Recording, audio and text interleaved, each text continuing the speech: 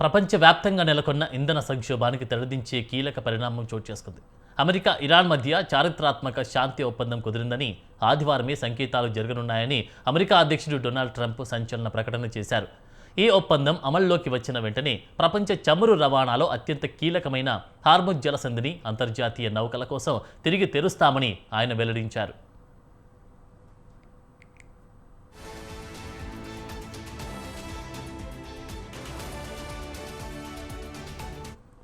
గతంలో ఒబామా హయాంలో జరిగిన ఒప్పందంలా కాకుండా ఈ డీల్ కింద ఇరాన్కు ఎలాంటి నగదు చెల్లింపులు లేవని, అణ్వాయుధాలు తయారు చేయకుండా ఇది బలమైన అడ్డంకిగా నిలుస్తుందని ట్రంప్ స్పష్టం చేశారు. 2026 ప్రారంభంలో ఇరాన్ అణు కేంద్రాలపై అమెరికా, ఇజ్రాయెల్ దాడుల తర్వాత ఇరాన్ ఈ జలసంధిని మూసివేసింది.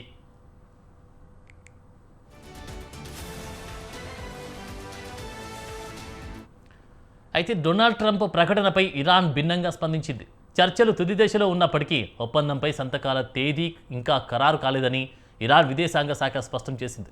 కొన్ని సాంకేతిక అంశాలపై ఇంకా చర్చలు జరుగుతున్నాయని, రాబోయే కొద్ది రోజుల్లో ఒప్పందం కుదిరే అవకాశం ఉందని విదేశాంగ ప్రతినిధి ఇస్మాయిల్ బజీ తెలిపారు.